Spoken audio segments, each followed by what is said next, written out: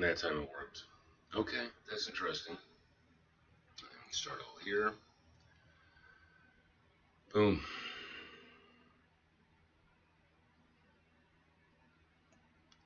Adjust this down.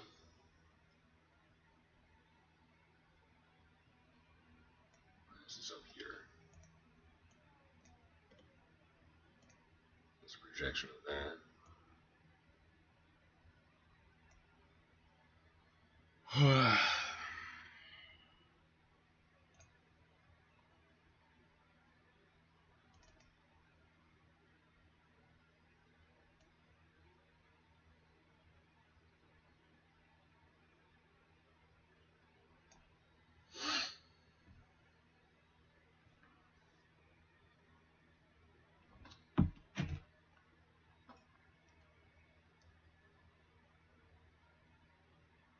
Abraham, Abraham, Jesus, Moses, David.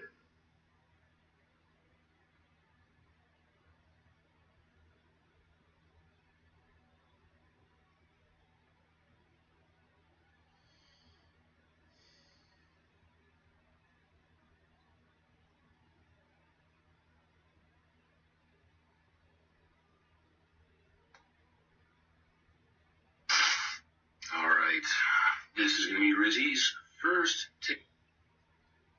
Alright, quick video, folks. You hear that sound? That just started last night.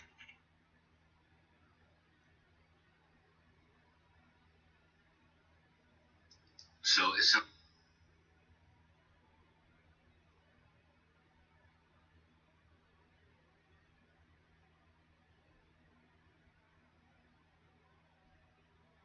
Call us monkeys, but white people are closer to monkeys in their DNA than we are, than Africans are. And I said, I think white people are more monkey because if you shave a monkey's hair, it's white under that. It's just the hair, it's not the skin color. If you shave a monkey, it's white. And monkeys are more white because they have inlet, no things like shit in their hair.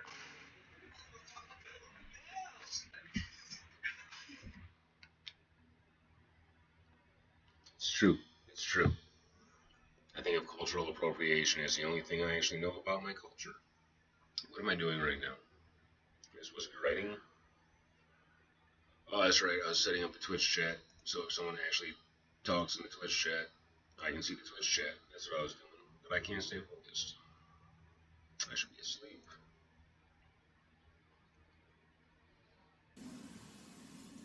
See, I could be out fishing. I should be out fishing. I don't think I've got the signal strength to be out fishing and streaming. But I would like to do that. Alright. See if I can make any progress on this. I might as well write. Let's see. The king and the queen stood to either side, like either guards. Either side or either guards. Let me fix that in post. Ticket vendors greeted each pompous passerby with royal swagger. Even from behind, Jillian could sense their eyes lighting up at the potential prizes to be gleaned from these patrons. While they enjoyed the prestige, it was all too clear that they were here for the profit. Traded Jillian's life and freedom for some grand show of handing her over to a fashionably late suitor she had never met. While she dreaded what fate might await her, she eagerly anticipated the moment she might pass through the castle gates, never to return. Another guest approached with a round, sweaty face that leered hungrily as the foreseen politician slowly bowed while eyeing her up and down in the motion.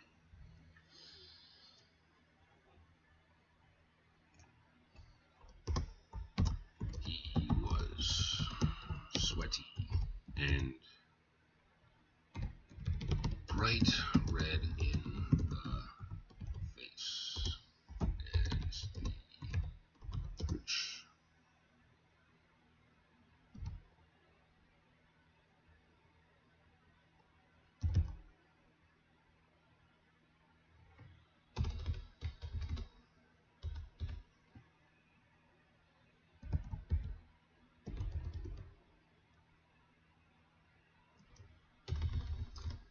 as the light dancing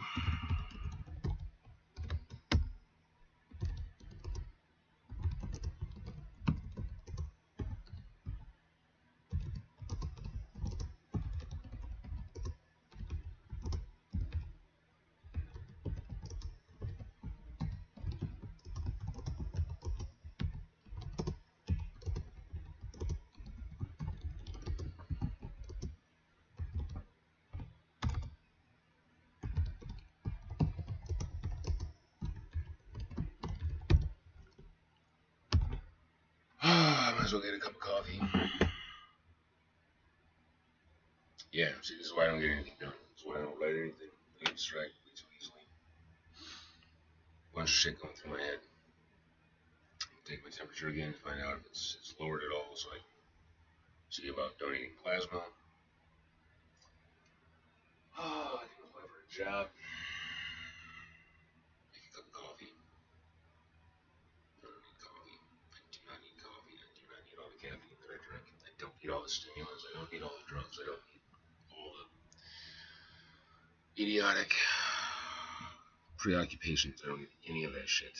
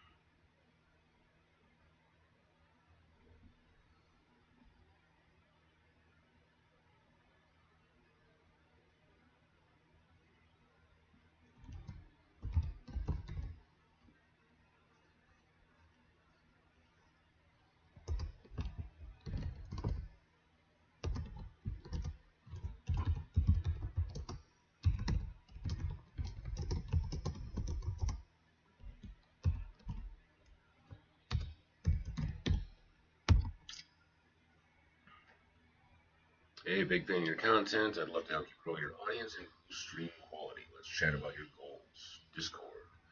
Darrow91.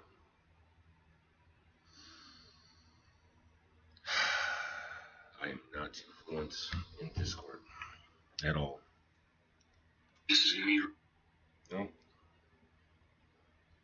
Getting used to hearing my voice. That's what I've managed to do.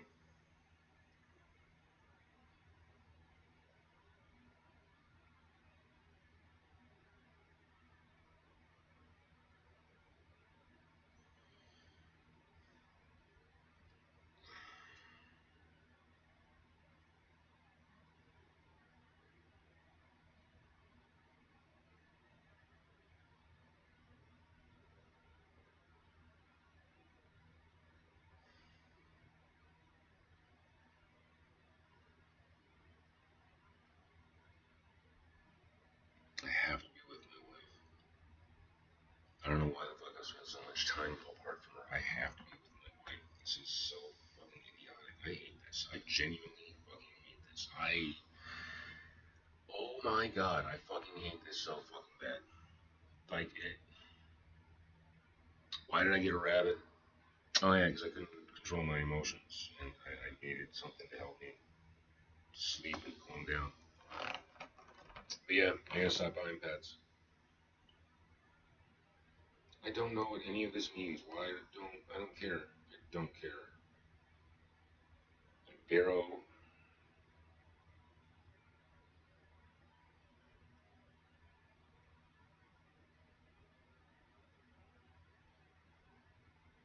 underscore no. Barrow underscore 091.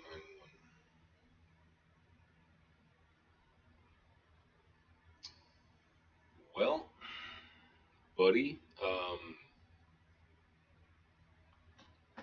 you're not coming up, dude. You're not on Discord. Darrow Nug. Sounds like a weed reference. But yeah, you are not actually on Discord. So thanks for wasting my time. I was actually, like, for once optimistic about perhaps getting some help with this stream, then make it a reality. Something's gotta fucking change now. Oh, I gotta change. I gotta change completely. I've been a waste. I've been a child. I've been refusing to grow. I've shut myself off from people.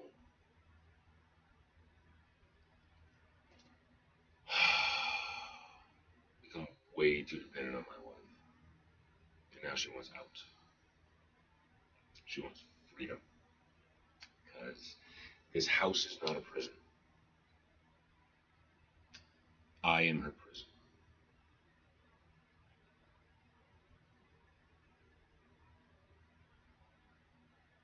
Oh, I fucked up so good. So good. Why didn't you energize her that Jillian perceived to be a mockery?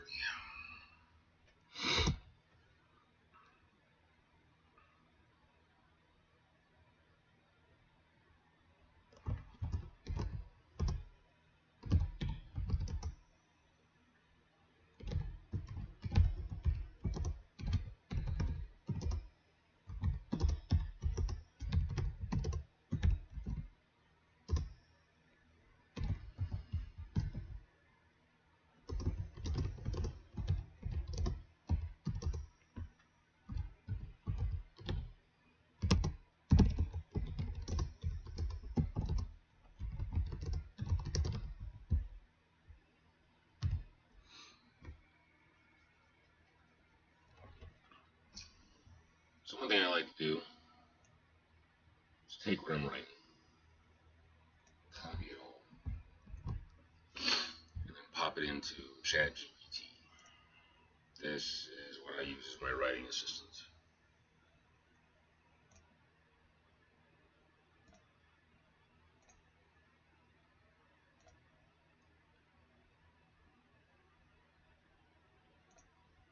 Oh, I want to be with my wife. I think I want to be with my wife. I don't know. We'll find out. She'll tell me if I want to be with her or not. That's how this relationship usually works. Can I help with? Let's see. What does ChatGPT say about what I'm doing? Atmospheric tone. You created a visceral sense of dread wrapped in finery. The silver thrones spun by spiders, the innocent colored guillotines, and the smiles stitched to skulls are excellent horror fairy tale imagery. All shine with no luster. Beautiful contrast that captures the hollowness of her presentation. Characterization. Jillian is introduced not just as a protagonist, but as a young woman inwardly awake in a world trying to smother her. Her discomfort with being called pretty and her reflective self-critique contrast wonderfully with the forced personas we must wear. It's what I'm dealing with right the fuck now, yeah. The queen is a masterful villain, elegant, terrifying, and complex. Her background as a maid who climbed the ladder by mimicry and manipulation adds depth to her cruelty. She's not just evil, she's tragically corrupted by ambition. The wide ranging eyes of the angriest blue. Fantastic image that inverts the Ice Queen trope into something monstrous and volcanic. Themes introduced. The false nature of appearance. Everything from Jillian's dress to the guest's smiles is exaggerated and artificial. The cruelty of expectation and tradition. The throne, corsets, and grooming echo forced conformity. Power and mimicry. The queen rose by becoming a reflection of the old queen, but without the soul. That theme of mimicry may evolve interestingly if Jillian has to navigate authenticity. Suggestions for improvements. Some paragraphs are extremely long, making it harder to absorb the beauty of your phrasing. Breaking them up will help with pacing and emotional rhythm. For example, this section could be split into 3 paragraphs. Tonight she was bedazzled into that of a doll. Refining redundancy. While the tone of excess fits the world, some descriptions echo slightly. Her skin was smooth and unblemished, but brown like the soil. Her eyes, too, were just little pools of mud. You might trim one of the soil mud metaphors to maintain momentum. Passive voice and filtering. In some places, direct phrasing would bring more emotional punch. Jillian perceived it to be a mockery. Jillian saw it for what it was, a mockery. It is better. She was bedazzled and adorned like false treasure. Strong, but even better with a stronger verb. She had been turned into false treasure, bedazzled and adorned like for some greedy king. You're hinting at Jillian being married off, but the stakes aren't clearly spelled out a single clarifying sentence could anchor the reader. Tonight's celebration is not in her honor, but in preparation for her sale. That's actually a really good line. I'm using that. I'm definitely using that.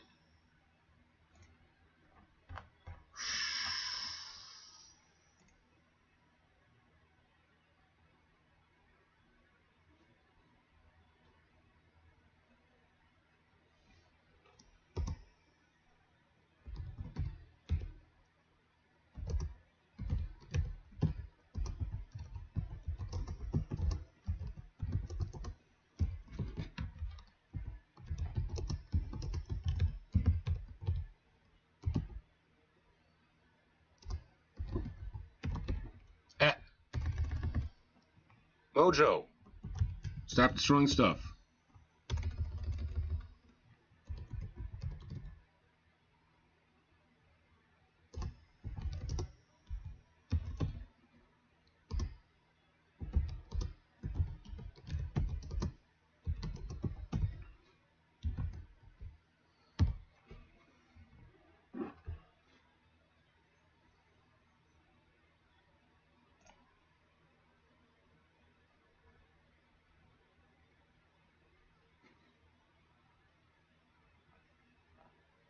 It's a strong and lyrical opening to Jillian's story, somewhere between Angela Carter and Grimm. There's already a clear theme of identity versus expectation. A monster mother, a heroine perched on the edge of rebellion. Some trimming and restructuring. This chapter will sing even more clearly.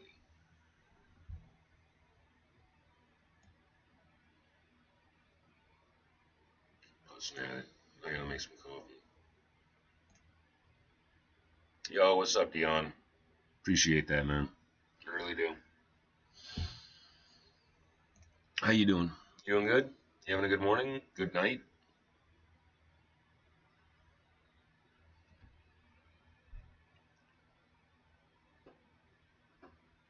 Mojo, stop destroying stuff, dude.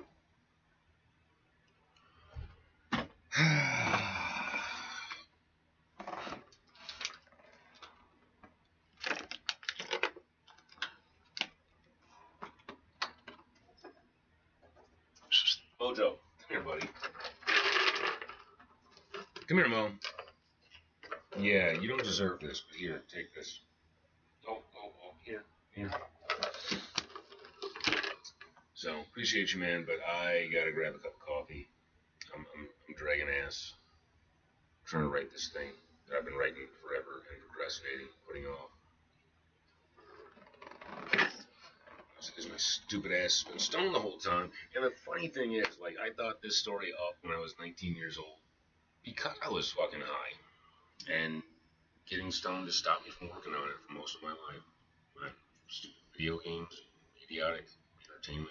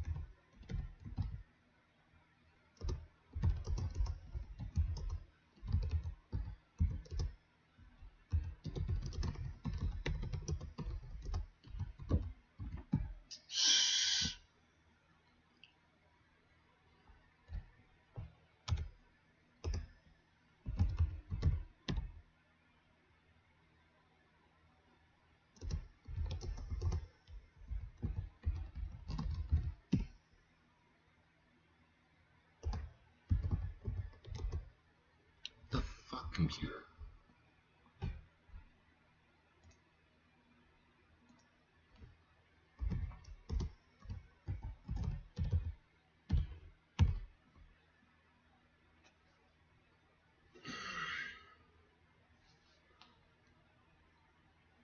Hi, Mo. Hey, dude. Hi, buddy. Alright, Dion, I'm gonna go get that coffee.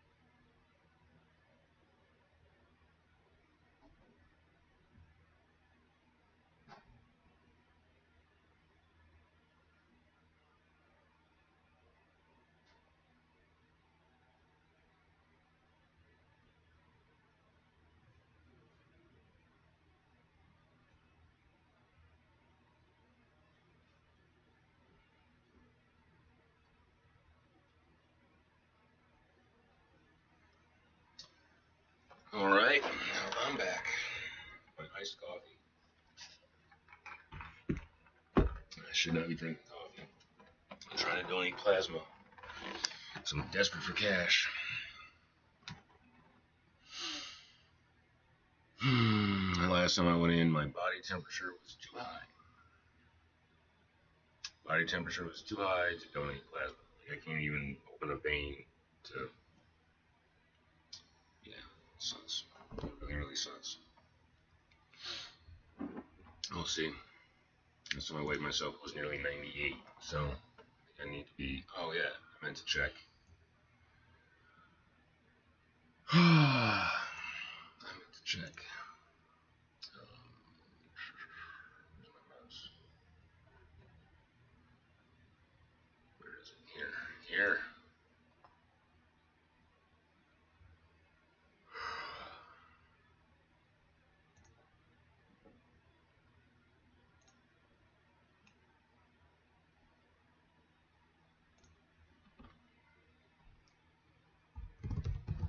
What? Why? What temperature does? Why am I doing this? I need this on my phone. I need this on my phone. Let's get back to this. Slowly meandering. Ah, yes. Dark cloak.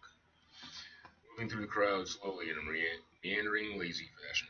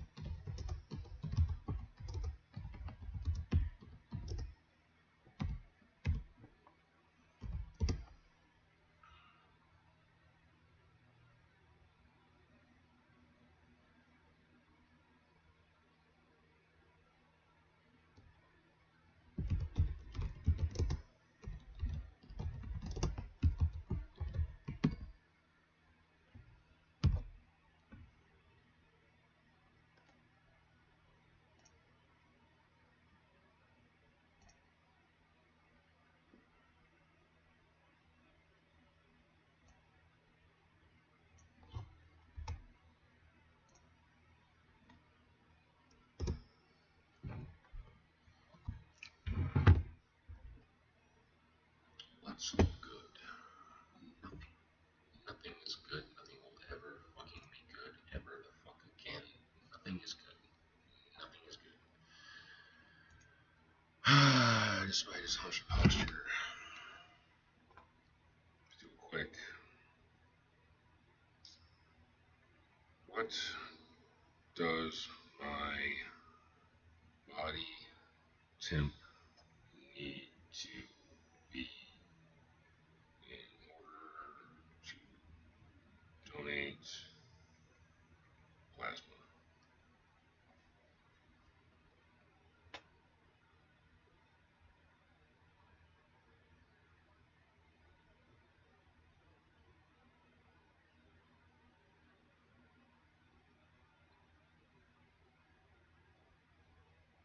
Okay, so as long as my temperature does not exceed 99.5. And I came in with 99, and today I weighed myself, or took my temperature, and it was 98. So, oh god, oh, I fucking hate what I let my life turn into. This is pathetic. Oh, this is fucking pathetic. I gotta get over everything all at once. Oh, or I'm gonna lose the most important thing in my life. I'm gonna lose my life. I'm gonna lose the thing that I love the most and haven't been treating right. This is, god damn it. I'm so mad at me right now. is why I'm writing. This is why I'm doing this shit. What time is it? 5:10? Alright, let's keep going. Head and shoulders above the crowd, despite his hunched posture.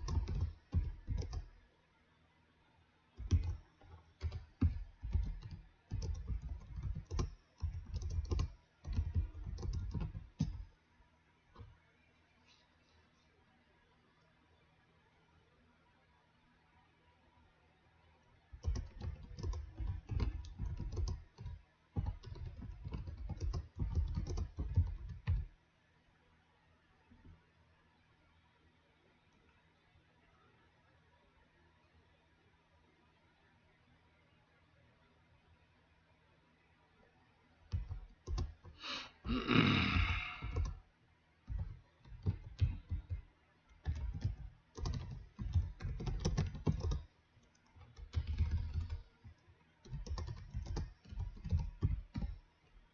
to the crowd. Yo, how you doing, Daisy James? I'm not great. I'm not great. I'm dealing with life right now and getting hit with a lot of consequences all at once. Realizing I need to be a better version of myself. How about you? Doing good?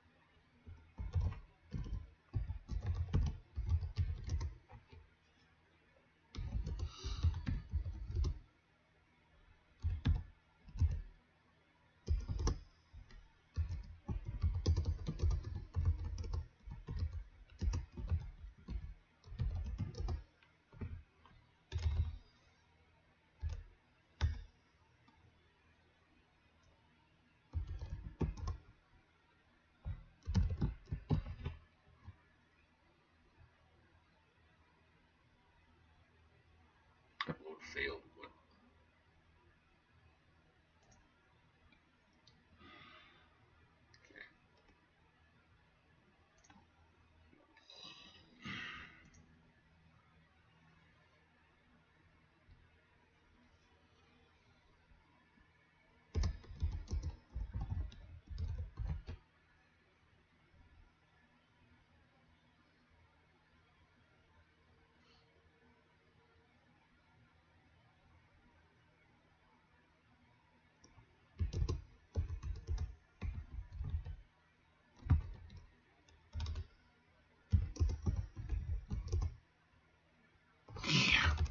Spell.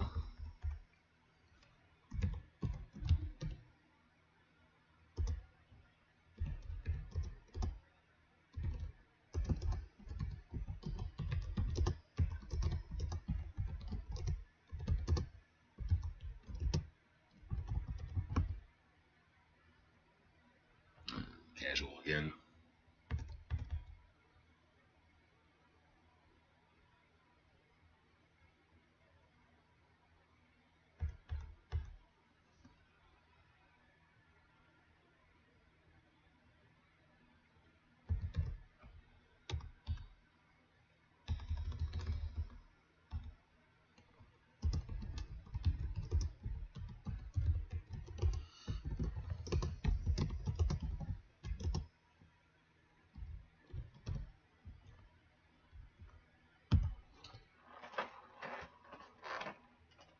Oh, this fucking sucks.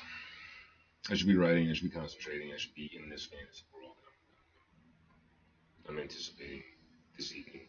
I'm anticipating my wife coming home. I'm anticipating talking and figuring out what we're going to do about our relationship going forward.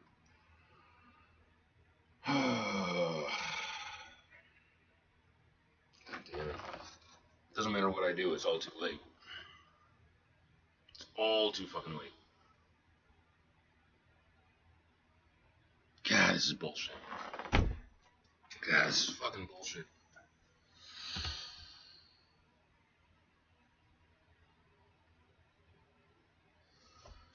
Fraction of dance before stepping away in the same rhythm.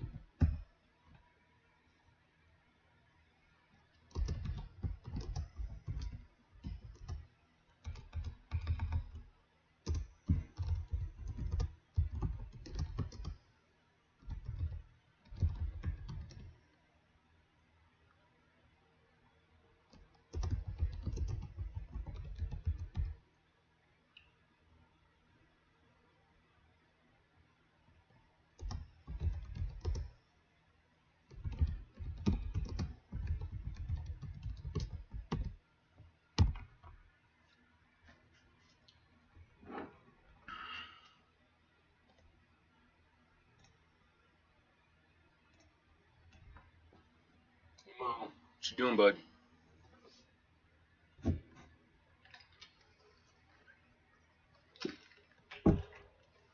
I just can't keep chatters, can I? Not engaging enough. Oh, did I just... Really?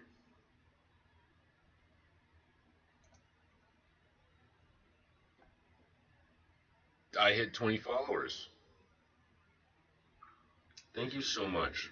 Thank you so much. Whoever, if that was Daisy, I really appreciate that. I really appreciate that. You have no idea.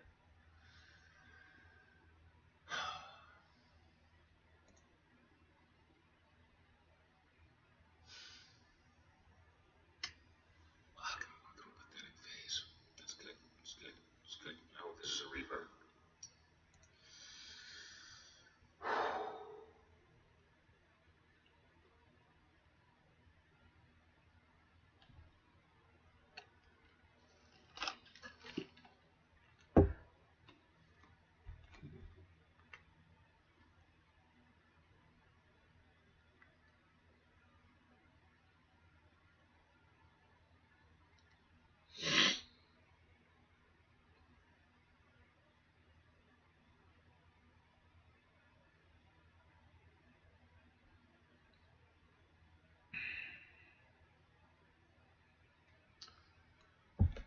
Oh. All right. Yeah, really appreciate that. Really, really appreciate that. Except now it says I have 19 followers, so I think I got one and lost one. I think that's what happened. Attempting to sleep. Still says that. I should edit this.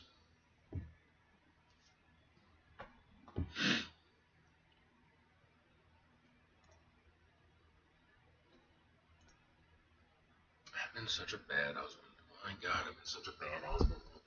I've been negligent. I've been absent. I've been avoidance. I've been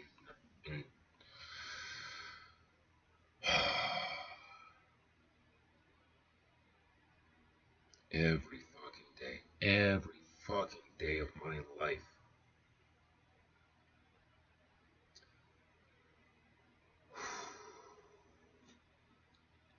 I can never be that again.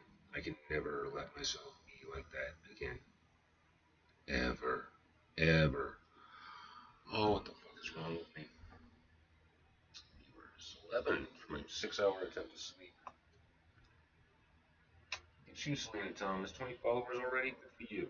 Good for you. Huh. Kitty, Charlie, these must have been the ones that were, yeah, talking shit, making fun of me. Sad, spooky robot. It's a great name. It's a great name.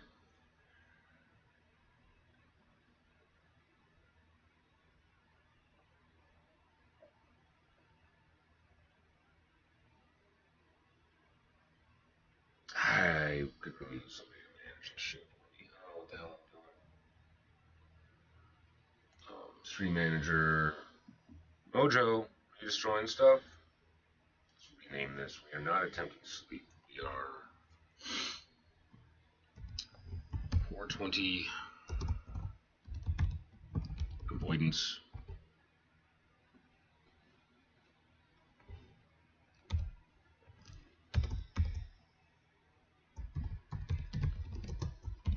Writing novel.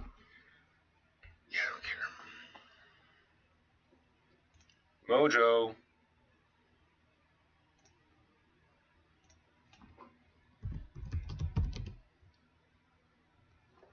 Mojo. Come here, Mo. No. Mojo. Come here. Sounds like you're chewing on cords and shit, dude. I can electrocute you.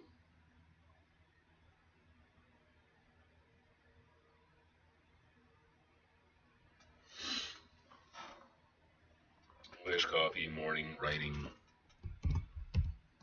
novel, fighting, addiction.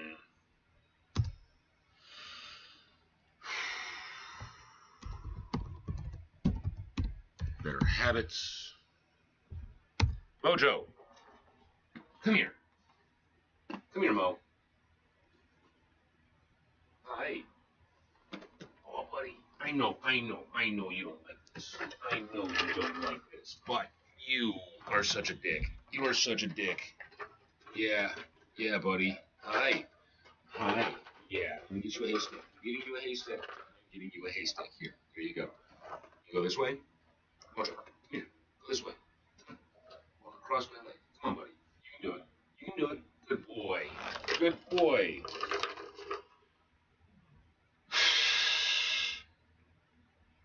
That's my bunny. That's my Mojo, dude. Boom.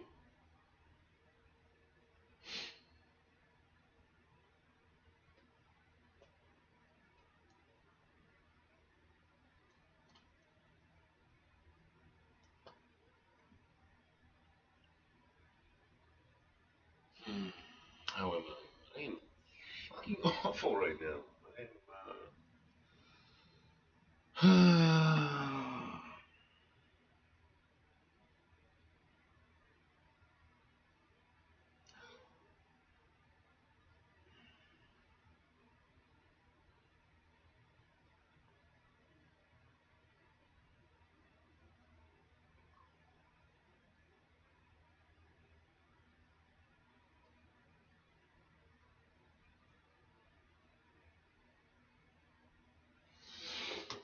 Yeah, sorry. This is why I have such a hard time writing, because it really is a cathartic process for me. Like this is not just some fantasy fable whatever thing. This really is me that I'm putting out on these pages.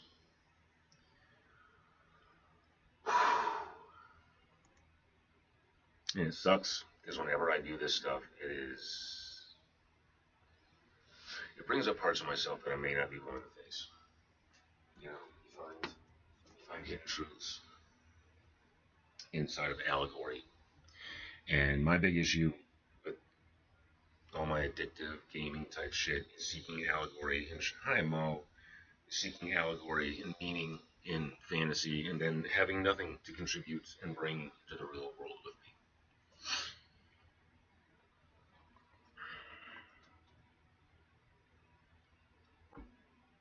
Dude, why? You just had a haystack. Don't be mad. Don't be mad. I can't be giving you treats all the time. It's not good for you. You had 2 biscuits this morning. You're just adamant about destroying stuff right now, huh? As Jillian examined him, he examined the room through narrow eyes that looked past the frivolity and fashion with genuine disinterest.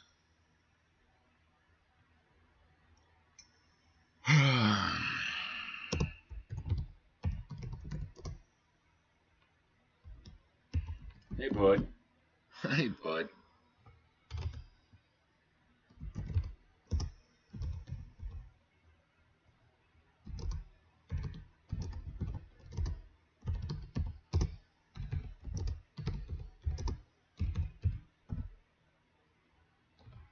Into past his thin lips, on its way.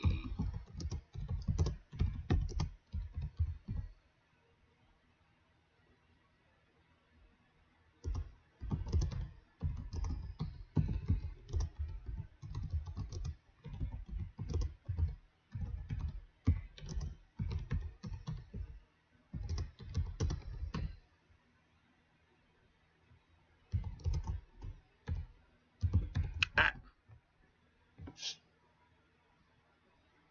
Oh.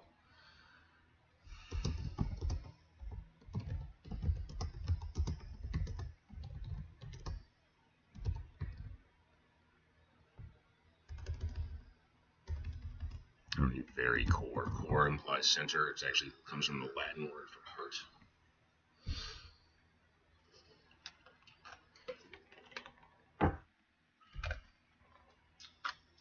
Yeah, it's the story of my life right here. Can't keep an interaction going.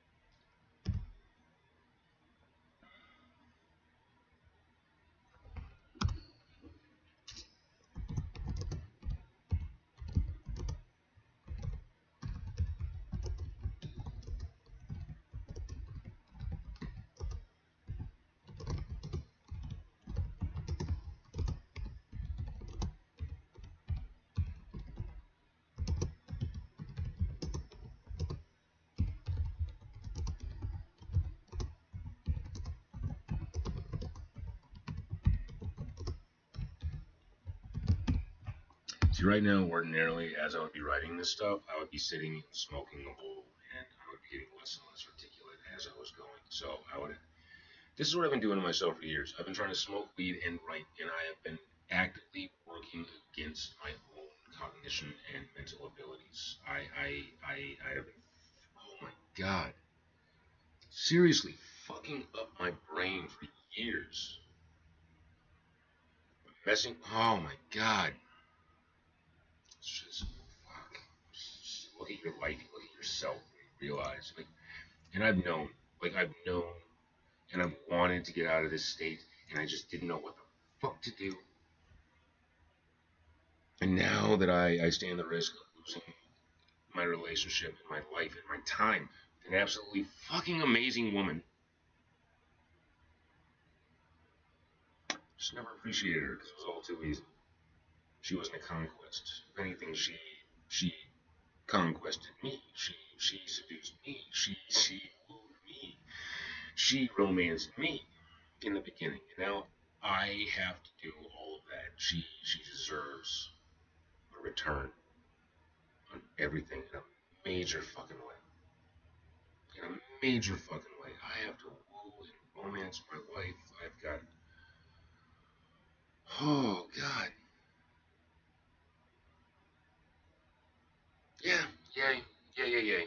Let's keep going. The noble Plume's face grew redder as the insult of being ignored, until he looked back and saw the stranger himself.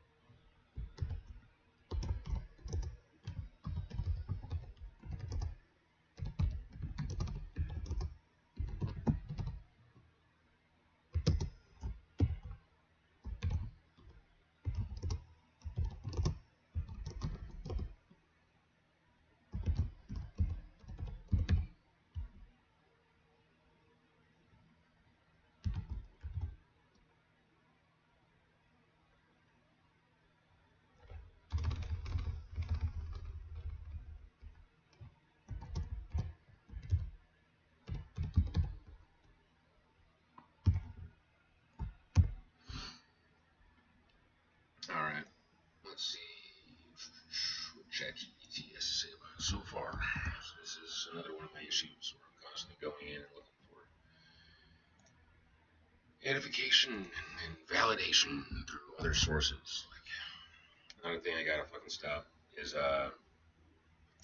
seeking praise for things I have not done. Response one. Oh, it's giving me multiple responses. Awesome. This is a fantastic continuation of Jillian's journey, and you've pushed the narrative into a more dynamic turn while preserving its core themes: appearance versus essence, emotional imprisonment, and now a growing contrast between the grotesque and the sublime. Let me walk you through the strengths and suggest areas for tightening or polish, and finish with a few more revision recommendations for clarity pacing. Strengths: world and tone. The court is a living satire of decadence. You painted a vivid picture of people so over-embellished, so consumed by artifice, they've lost all human grace. The sight of golden filigree had become as redundant as leaves on a tree. It's a perfect line of absurd beauty fatigue. Jillian's isolation. Her internal world is increasingly rich, while her external world is drained of meaning. Her dread and longing grow more pronounced. And the introduction of the mysterious elf gives her and the reader a spark of hope, awe, or danger, possibly all three. The arrival of the elf Nephilim. The contrast is striking. The crowd is artificial, grotesque, and performative. The stranger is natural, fluid, barefoot, and disruptive in all the right ways. Oh, I love little praise.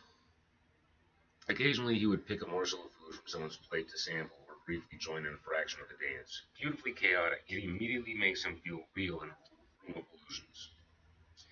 A streak of polished marble, bare feet like a great cat.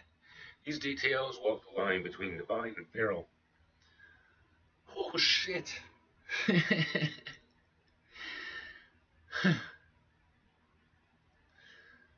This is why writing sucks for me. This is why I get way too I'm digging something out of myself. And it's tough. It's really tough. It's humbling. It's humbling as shit. Because any decent writing, if you're any kind of a writer whatsoever, it's like you're just walking around showing everybody a picture of your asshole.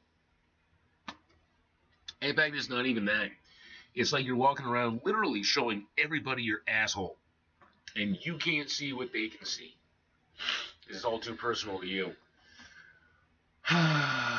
Streak of polished marble, bare feet like some great cat. These details walk the line between divine and pharaoh, which is excellent for possibly angelic, otherworldly character, areas to tighten, sentence length and flow. I do like to ramble. Many sentences are still running long, as poetic and immersive, but occasionally hard to breathe.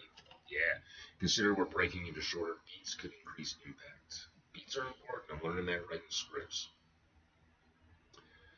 Example: while she dreaded what fate awaited her, she eagerly anticipated the moment she might pass through the castle gates, never to return. Edit: she dreaded what fate awaited her, but longed for the moment she passed through the castle gates, never to return. Yeah, that's a little better. Repetition: a few ideas are re-explained in slightly different words, common in first drafts.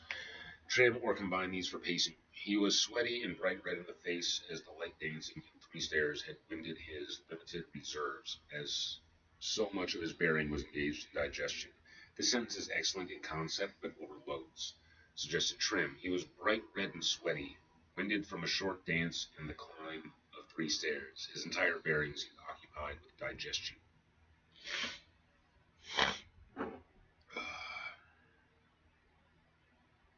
The Queen's violence. Nephilim reveal.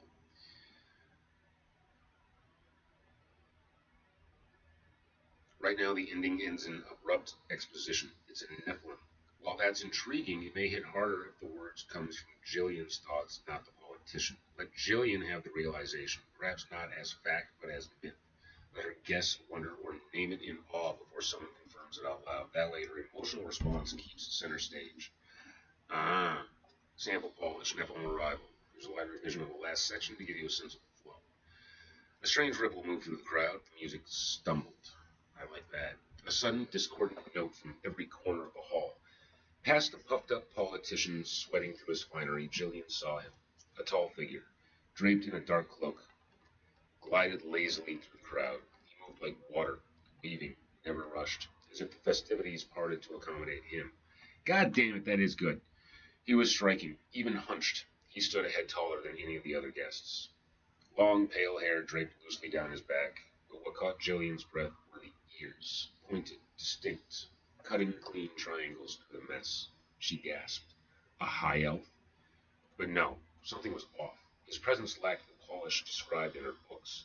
His clothes were worn, a streak of blue fabric across his red trousers tattered at the hem, and wide, bare feet that padded silently across the marble like some great beast.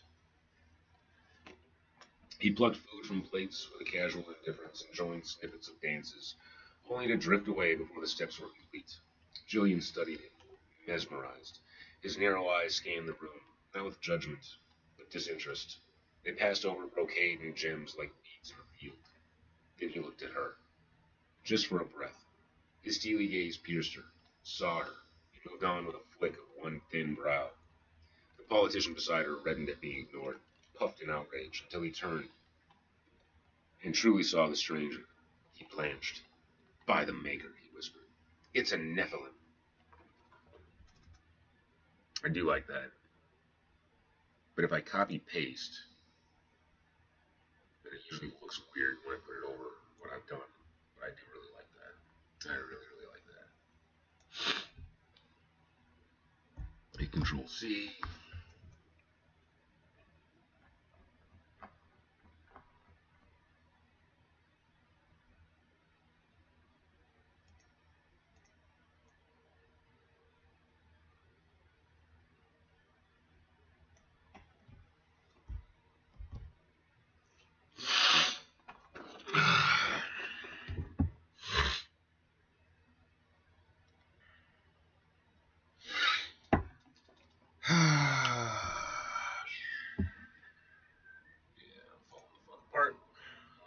shit.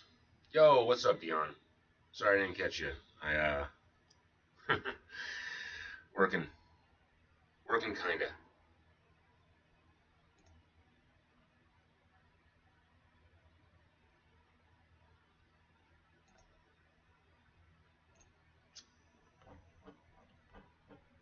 Alright, let's see what the other review is. Response 2.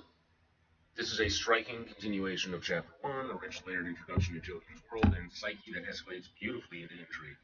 Here's a breakdown of what's working exceptionally well and what might be tuned to elevate the chapter further. What's working brilliantly? The emotional core, Jillian's inner life. You deepen Jillian's emotional interior with vivid self-perception, her insecurities, physical discomfort, and existential loneliness lead naturally into the narrative voice, which is Elliot, brutal and self-aware.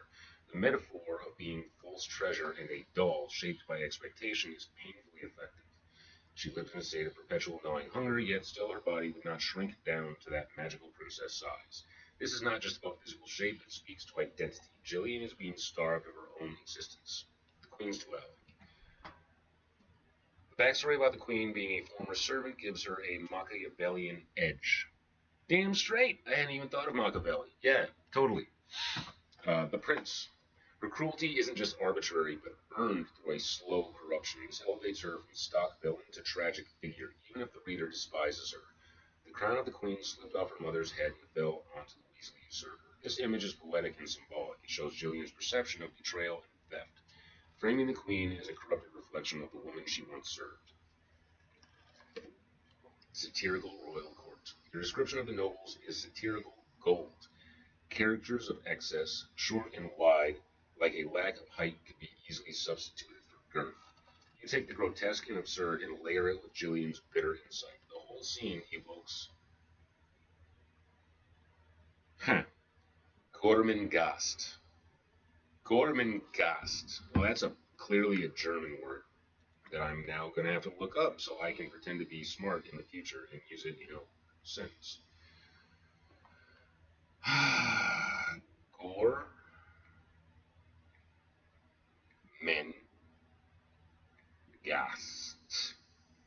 Gormengast. Oh, that's a novel series?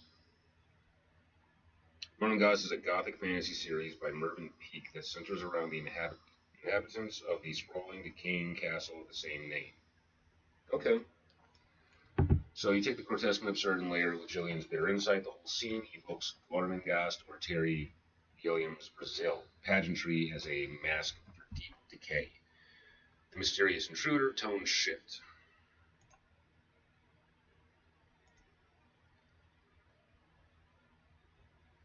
The introduction of the cloaked figure shifts the tone from stifling and cruel to curious and magical. You immediately inject mystery and tension. You step through the crowd carefully and casually, on broad, bare feet like some great cat. This is evocative, and the pacing of his entrance, slow, tactile, unpredictable, contrasts the mechanical artifice of the court. The sudden hush, the botched chord by the musicians, Jillian's gasp. This was well staged. The crowd becomes a stage, and this stranger is both performer and judge. Hell yeah! Opportunities for refinement. Paragraph pacing, still a bit heavy. Some paragraphs are long enough to fatigue even an engaged reader. Try carving a few moments of rest. Give some of Jillian's internal insights their own space to breathe. Minor grammar and syntax fixes. A few lines can be made smoother with punctuation or small rewording. Clarify the Nephilim reference if intentional. The final line is a Nephilim is a powerful hook, but it raises mythological expectations. If your Nephilim are different from biblical or classical interpretations, example given fallen angel hybrids, you might want to quickly ground the term in your world's context soon after, even indirectly. For now, the mystery works, but readers may attach existing lore if you don't redefine it fast. Favorite lines. A smile that revealed the woman's boundless cruelty. Each empty smile seemed fitted and stitched to the skull of a poor, desperate soul wearing them.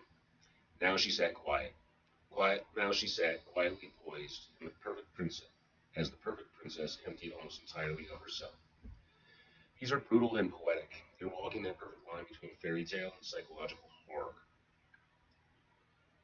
Break up longer paragraphs, smooth minor phrasing and punctuation. Consider how and when to unpack Nephilim in your world building and keep the tone tight. This oscillation between suffocating tradition and sudden supernatural disruption is very compelling. Okay, I don't know which response I prefer, but see what I got so far.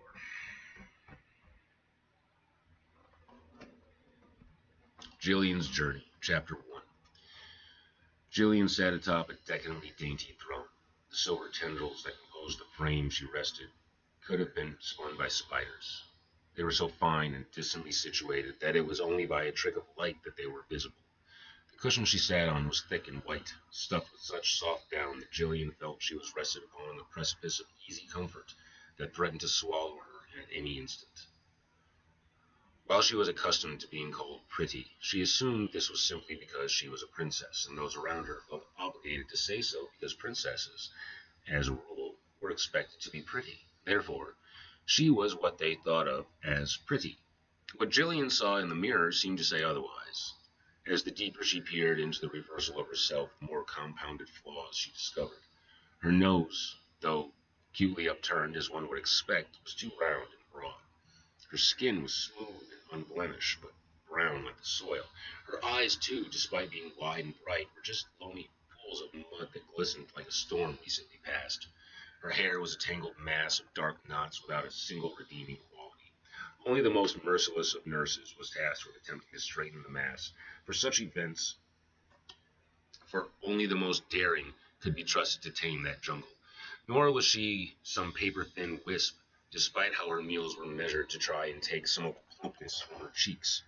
She wore corsets that squeezed her like a serpent, tighter and tighter with every breath. She lived in a state of perpetual gnawing hunger, yet still her body would not shrink down to that magical princess size. Tonight, she was bedazzled and adorned like false treasure, all shine with no luster. Her powder blue dress had precious blue and white gems sewn into the trim and aligning the details. Under each cascading row of jewels was a lace trim made of the finest silk.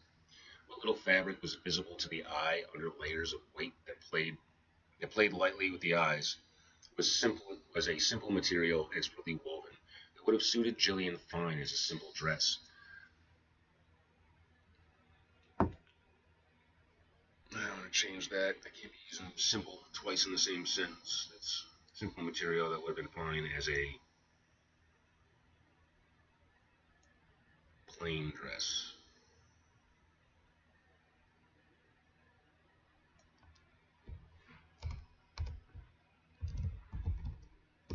Instead, it had been ballooned into a monstrosity.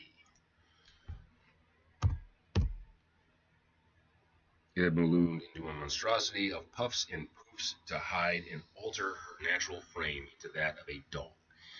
Around and before the tiny stage her lofty throne sat upon milled the most extravagant and expensive wardrobes, all worn by individuals whose entire bearing seemed part of the same facade. Each empty smile seemed fitted and stitched to the skull of the poor desperate soul wearing them. The most frightening smiles were the ones that seemed genuine and honest, because these were the smiles that seemed fueled by a malevolent, selfish hunger as they leered her way. The worst of these was the woman she had been forced to call mother. The lady, above all, revealed in the honesty of the malicious pride this lady above all reveled, I can't even read my own shit, reveled. This lady above all reveled in the honesty of the malicious pride that stretched mouth. This lady above all reveled in the honesty of the malicious pride that stretched mouth into revealing porcelain white teeth that were straight and sharp. I gotta fix that sentence. These innocent colored guillotines added. That's supposed to be and, not and. These innocent colored guillotines added an extra fine edge to her cutting words. Every word, either to or about the girl, seemed to slice her so finely the wound could never be seen. Every insecurity was amplified by the echo of this cold woman's casual, lilting voice that could freeze Jillian like a sudden shifting of the wind. Her lips were red as blood, due in equal parts to the red wine the kingdom was known for, and to her meticulously painted face that distorted her sharp, predatory features. This queen of the castle was a stark contrast to Jillian, in that she was fair and thin, with brilliant yellow hair that shone like the sun, that fell straight and smooth down her long, slender, pale-skinned back. Her movements were lithe and graceful, as her words, until the moment she would strike with some piercing remark that left Jillian feeling as helpless as a small animal in the raptors of a town. Yeah, that's kind of worrying. Seeing this frozen fear on the girl was the one thing that seemed to bring this vindictive queen a genuine smile. A smile that revealed the woman's boundless cruelty. A cruelty never revealed while the sun was up and the castle was alive with guests and diplomats. But at night, after long shadows had consumed the earth, her rage reverberated down the halls. She would scream at servants and guards, the king, and most often at Gillian herself. Gillian knew too well that the smiling, gleaming, gentile face that the queen wore under her gaudy golden crown was the mask, and the wide, raging eyes of the angriest blue set in a beet-red face that frothed spittle at the mouth, while screaming out every imperfection she had perceived or heard rumor of throughout the day. She would scream until her own voice would crack under the abuse, and then she would turn violent. Of course, the queen hadn't always been this way. Once she was a lowly maidservant who had attended the previous queen, Gillian's true mother. In those days she had been humble and kind. After the former queen's passing, the once demure servant girl quickly worked her way into the king's bed. In Gillian's distant memory, it seemed the crown of the queen slipped off her mother's head and fell onto the Weasley usurper. Mojo. When the former queen was alive, this pale imitator would reflect her sentiments so purely one could never doubt her innocence. Yet when the queen passed and her benevolent, kind light was gone, the shadows left in her place revealed the twisted, jagged lines of cruelty that had framed this borrowed radiance. Gillian suffered the abuse with a quiet dignity. Although the pale queen would rage ferociously, she could not bring herself to strike with a closed fist. Only a weak, soft, half-closed claw that would flail pathetically atop Gillian's head until she either cried out or the queen retreated, clutching her bruised hand. Gillian never forgot the initial smile that spread across the sub-queen's face when she first realized she could get away with this abuse. Since that moment, over a decade ago, Gillian had never seen a more genuine smile than that moment of cruel liberation. Now she sat, quietly poised as the perfect princess emptied almost entirely of herself, lest some spark of soul rise up within her and ignite the queen's hellish rage, which would be released as soon as the guests had left. And what a varied and almost comical collection of dignitaries there were to strut and posture before her. Each one was dressed in shimmering decadence to the degree that the sight of golden filigree had become as redundant as leaves on a tree. They paraded the hall, either dancing in wide, slow circles or simply milling about as they dined and drank, while speaking in high, lofty tones, each meant to carry over the others. They came in all varieties of shapes, none of them attractive. Rather, they seemed like characters of excess. Some were short and wide, like a lack of height could easily substitute for girth, and others were gaunt, haggard by a lack of definition. Other than gaudy fashion, they were all united by an ethereal disdain for each other. The guests would occasionally break from the humdrum revelry to come bid well wishes to the guest of honor, Princess Gillian. The king and queen stood to either side like either guards or ticket vendors, who greeted each pompous passerby with royal swagger. Even from behind, Gillian could sense their eyes lighting up at the potential prizes to be gleaned from these patrons. While they enjoyed the prestige, it was all too clear they were here for the profit, trading Gillian's life and freedom for some grand show of handing her over to a fashionably late suitor she had never met.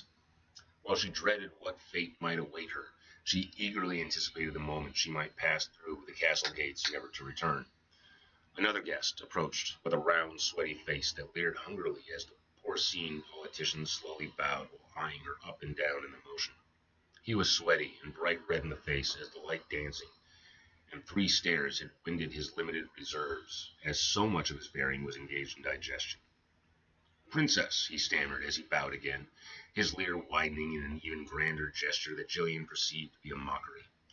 The royal guardians behind and on either side beamed at the sign of fealty, knowing it was meant for them.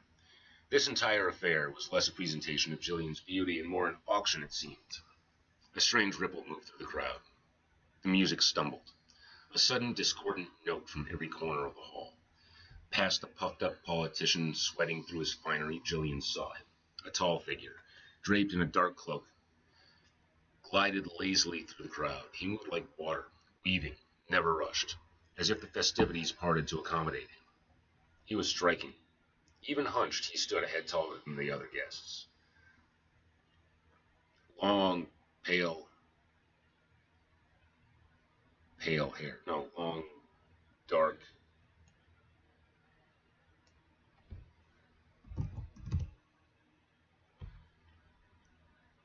Long, dark hair.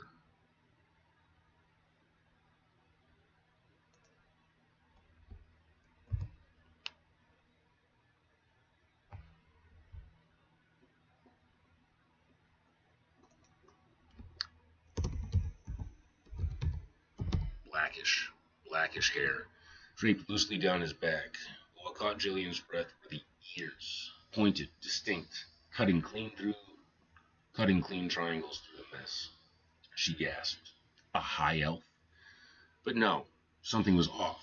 His presence lacked the polish described in her books. His clothes were worn.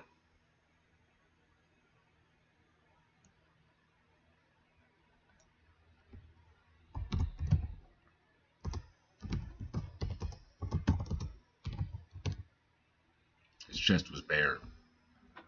Red trousers tattered at the hem, and wide, bare feet that padded silently across the marble like some great beast. He plucked food from plates with a casual indifference, enjoying snippets of dance, only to drift away before the steps were complete. Jillian studied him, mesmerized. His narrow eyes scanned the room, not with judgment, but disinterest. They passed over brocade and gems like weeds in a field. Then he looked at her, just for a breath. His steely gaze pierced her, saw her, and moved on with a flick of one thin brow. The politician beside her reddened at being ignored, puffed in outrage until he turned and truly saw the stranger. He blanched. By the Maker, he whispered. It's a Nephilim. Yeah, it's working. That's a good start. What time is it? How long have I been working on this? 6:04. So this is me. Yeah, an hour and a half.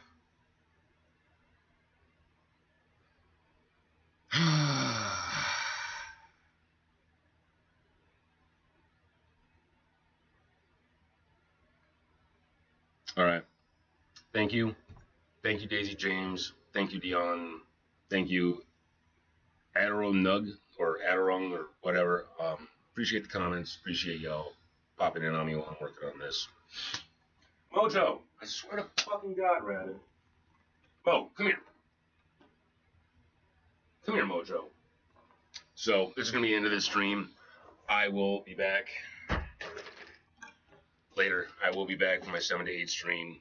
I am committed to doing that one every day. This is just, I can't sleep, so I might as well create so I don't fucking smoke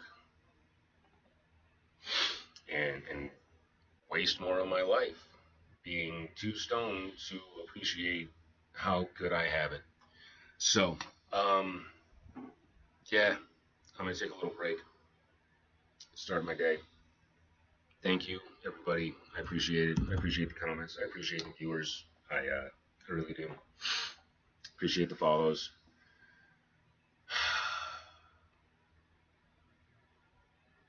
Try to be at least 1% better than you were yesterday. And if you've been wasting your time, shoot for 100. Shoot for 100% better every single fucking day. Because this shit is short. You don't get much time. You can lose the people that matter at any fucking moment, so you need to appreciate them. You need to hold them up. Life isn't about bullshit. It's not about stupid fucking achievements. It's not about what you can get for yourself. It's about what you can experience with other people. Everybody have a great day. I'll be back in a bit. All right. So.